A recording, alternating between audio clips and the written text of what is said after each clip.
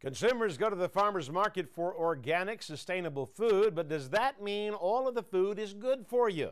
Reporter Siobhan Field takes us to Wilson Park and finds out about food safety at the Torrance Farmers Market. The nearly 8,000 people who visit the Torrance Farmers Market each Saturday know about their high-quality produce. What they may not know is the market's food safety policies are nothing to sneeze at. We are controlled by the Health Department, Los Angeles County Health Department, and we have regulations which we must follow. Dairy foods are considered potentially hazardous and must be kept at or below 45 degrees, a regulation that is closely monitored by Mary Lou Weiss and the County Health Department. They'll shut them down. They'll send them home. And so it's very important temperature is always correct for the food. Mary Lou Weiss oversees the market at Wilson Park and says the safety of their products is no laughing matter. I have a 3 strikes and you're outlaw, and that is if you get 3 bright yellow slips of paper, that third one is the one that tells them that they're going to be gone from the market. And the vendors pay attention, wanting to protect their customers and ensure they can keep coming back to the market week after week. Safety is the most important thing for us, so customer can come.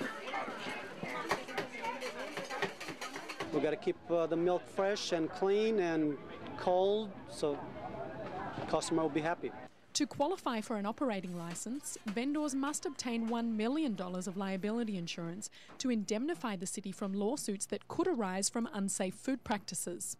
The license process is lengthy and involves inspections of both the on-site booth and off-site food preparation areas such as the vendor's home kitchen. It's a very rigorous inspection. They check everything, they measure everything, they check temperatures, they check gauges, everything has to be off the floor, like the coolers, and in the kitchen it's the same. All the food has to be kept on top.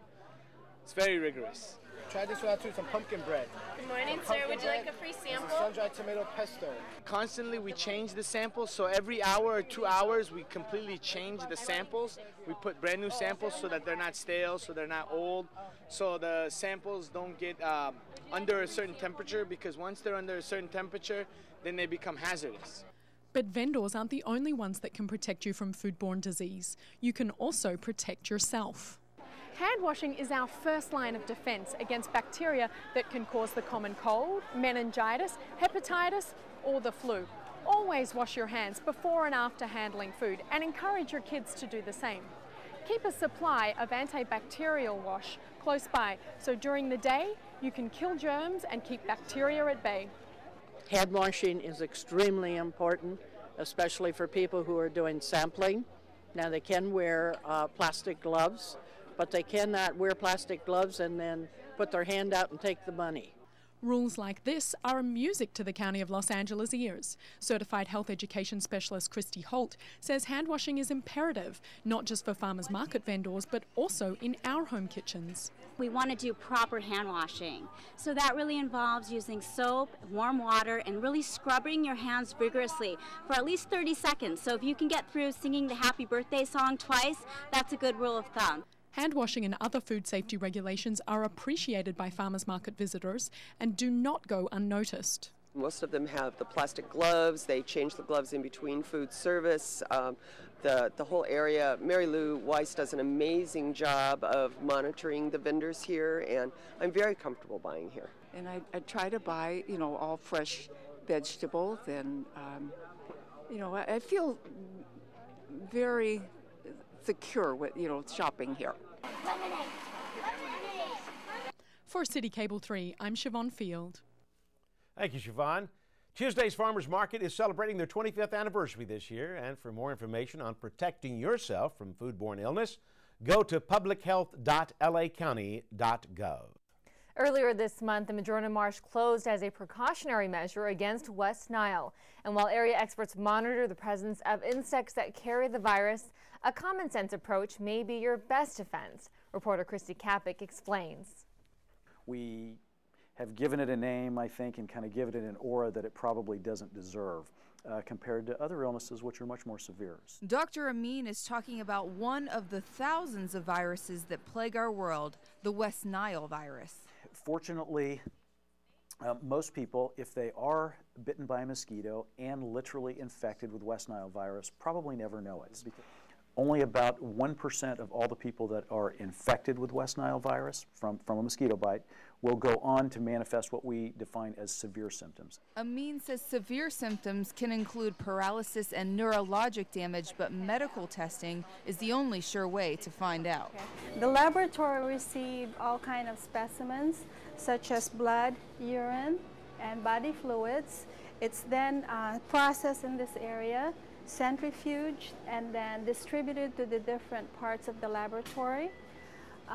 When we get the result, the physician then uses that to for their diagnosis. A lab can better determine if it is West Nile virus, which takes 10 to 15 days to manifest in humans.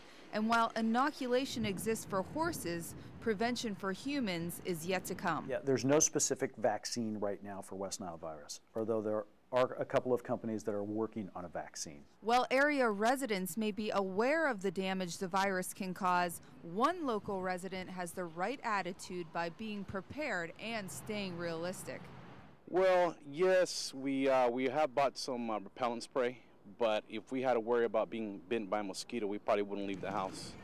So we can't let that rule our lives, so we still have to be active and exercise. So while you're out there exercising or enjoying those summer days, there's one thing you should remember. Keeping your immune system strong is obviously the way to combat all sorts of infectious diseases, whether it's a virus or a bacteria or the common cold. This very rare disease was the cause of 236 deaths in the United States in 2009. However, in 2010, there have been no documented cases here in the state of California. This is Christy Capik reporting for CitiCABLE 3.